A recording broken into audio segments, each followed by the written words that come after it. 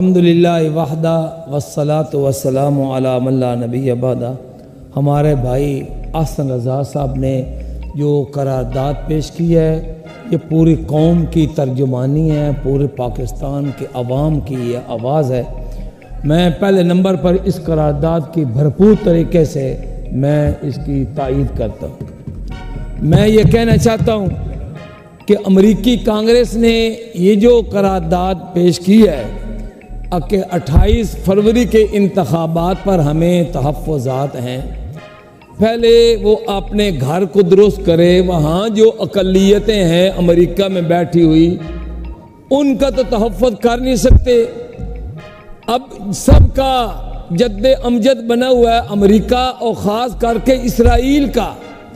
آج 143 ملکوں نے فلسطین کی آزاد ریاست کو تسلیم کیا ہے۔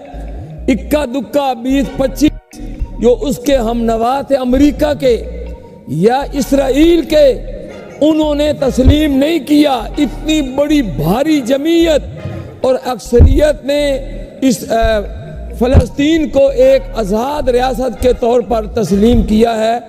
اس بات کو بھی تقریباً 1.5 مہینہ گزر گیا، لیکن آج کے دن تک بھی وہ ظلم و بربریت نہیں روکی گئی۔ معصوم بچے، ہسپتال، سکول، کسی کو کوئی رعایت نہیں دی جا رہی، اور ان کے سب کا سپورٹر سرپرست جو ہے وہ امریکہ ہے۔ اس لیے میں کہوں گا کہ فلسطین جب وہ تسلیم ہو چکا تو اب اس کے لیے کچھ سوچنا چاہیے۔ یہودی وہ تو ان کی کتاب ہے تالمود، اس میں وہ اس کو تورات سے زیادہ مقدس سمجھتے ہیں۔ اس تالمود کتاب میں ان کو یہ سبق دیا گیا ہے کہ تم اللہ کے بیٹے ہو اور تم اللہ کے دوست ہو، تمہیں دنیا میں بھیجا گیا ساری دنیا پر حکومت کرنے کے لیے، لہذا تم دنیا پر حکومت قائم کرو۔ اس کے لیے تمہیں جتنے بندے مارنے پڑے اتنے بندے مارو، جتنے جھوٹ بولنے پڑے اتنے جھوٹ بولو۔ یہ ان کی مذہبی کتاب ان کو سبق دیتی ہے۔ اس لیے یہ لاتوں کے بھوت باتوں سے نہیں مانیں گے۔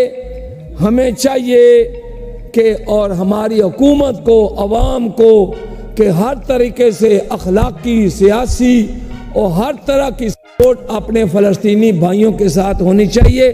جیسے امریکی کانگریس نے ایک قرارداد، ایک پھرلو کھاتا بنا کر دیا ہے، مسلمانوں کی جو جنرل اسمبلی ہے اس کو بھی ایک قرارداد پیش کرنی چاہیے کہ جو 143 ملک اسرائیل فلسطین کو تسلیم کر چکے ہیں، اب اس کا حق بنتا ہے کہ اس کی حدود قیود مقرر کی جائیں اور ان کی حدود میں اس فلسطین کی اتھارٹی کی اجازت کے بغیر کوئی قدم نہ رکھ سکے۔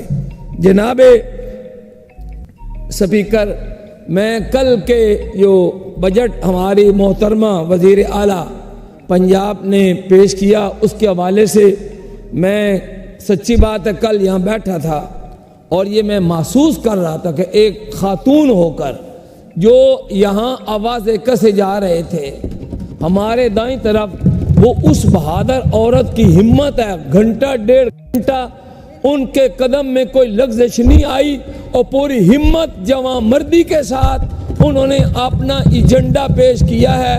میں اس پر محترمہ نواز شریف صاحبہ کو خراج تحسین پیش کرتا ہوں۔ اور شور کیا تھا؟ وہ ہمارے قیدی نمبر 804 کو آزاد کرو۔ بھائی اسمبلی نے اس کو گرفتار کیا ہے۔ عدالت نے جب دیکھا کہ یہ دن دہاڑے بے حیائی کر رہے ہیں، ایک عورت جو نانی دادی ہے اور طلاق کوئی بنائی ہے، ابھی عدت گزری نہیں ہے، عدت ختم نہیں ہوئی، تو عدت کے دوران اس نے شادی کی اور پوری دنیا کا سر، مسلمانوں کا سر پوری دنیا میں وہ اس کو نیچا کر دیا۔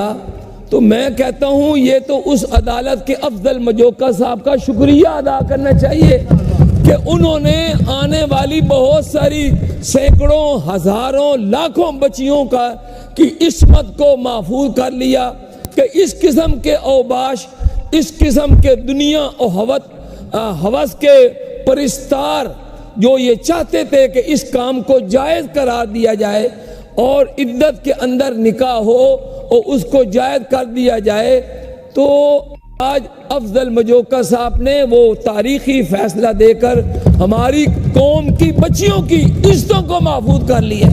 ورنہ جناب سپیکر، وہ پرویز مشرف نے جو کالے قانون بنائے تھے، اس کی صورتحال میں آپ کو بتانا چاہتا ہوں چنیوٹ کی، کہ ایک بدبخت ظالم نے ایک بہن کے بڑی اپنی یعنی عورت کے ساتھ شادی کی، 2 بہنیں تھیں، تو ابھی بڑی بہن کو طلاق نہیں دی اور اس کی چھوٹی بہن کے ساتھ نکاح رچا لیا۔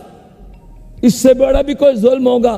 قرآن پاک کہتا ہے وَأَن تَجْمَعُوا بَيْنَ الْأُخْتَيْنِ إِلَّا مَا قَدْ سَلَفَ، کہ اللہ نے اس کو بھی حرام قرار دیا ہے کہ 2 بہنوں کو تم ایک وقت میں جمع رکھو، اس کا اللہ نے اس کو حرام قرار دیا ہے۔ لیکن یہ سارا گناہ پرویز مشرف کے کھاتے میں جائے گا۔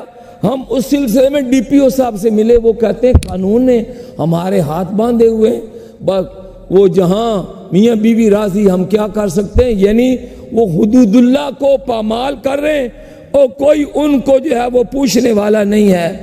شرم کرنی چاہیے کہ آپ ایک آدمی کہ جیسے آپ کو جس طریقے سے بھی آر ٹی ایس بٹھا کر یا جس طریقے سے بھی آپ کو پورے ملک کی باغ ڈور جو ہے حوالے کی گئی تھی، تو آپ کو تو ایک نمونہ ہونا چاہیے تھا۔ آپ ریاست مدینہ کو نمونہ بناتے۔ آپ ہمارے مفتی محمود صاحب رحمۃ اللہ علیہ فرمایا کرتے تھے کہ جو شخص 1.5 فٹ کے بدن کے اوپر اسلام کو نافذ نہیں کر سکتا، وہ اتنی بڑی مملکت پاکستان میں کیا اسلام کو نافذ کرے گا؟ تو پہلے وہ اپنے گھر میں تو اسلام نافذ کرتا، اس کو تو حلال حرام کا ہی پتہ کوئی نہیں ہے۔ اس نے کہا اچھا مجھے تو پتہ نہیں تھا کہ یہ عدت گزری یا نہیں گزری۔ تو اللہ پاک ہمیں ایسے حرام کاری کرنے والوں سے اللہ پاک ہمیں بچائے، اور وہ قیدی نمبر 804 کو بھی توبہ طیب ہونا چاہیے تھا، بجائے اس کے کہ یہ سارا ہنگامہ بنتا پوری دنیا میں ہو گیا۔ جی میڈم کو بھی، وہ بشرا بی بی کو بھی 7 سال قید، اور اس کو عمران خان کو بھی۔ بھائی تو ڈوب مرنا تھا کہ تم وزیر اعظم ہو کر ایسے کام کر رہے ہو۔ قوم کو آپ نے کیا منہ دکھانا ہے؟ میری رائے یہ ہے، اور اگر اسمبلی بھی اجازت دے گی، کہ یہ نہایت، میں اور کچھ نہیں کہوں گا، یہ ایک شرعی مسئلہ تھا کہ عدت کے دوران نکاح کرنا، آخر یہ اس کو شریعت کیا حکم دے گی؟ اس کو نکاح کا حکم دے گی یا زنا کا حکم دے گی؟ اور انہوں نے اتنا بڑا جو ٹائم 1.5 سال یا کتنے سے، ہاں شریعت کورٹ میں بھی جائے اور پہلے مفتیان کرام سے فتویٰ لیا جائے کہ حدود اللہ کو توڑنے والے اور پامال کرنے والے عدت کے دوران نکاح کرنے والے کا شرعی حکم کیا ہے، اسی کے مطابق اس کے ساتھ جو ہے کارروائی ہونی چاہیے۔ بہت شکریہ۔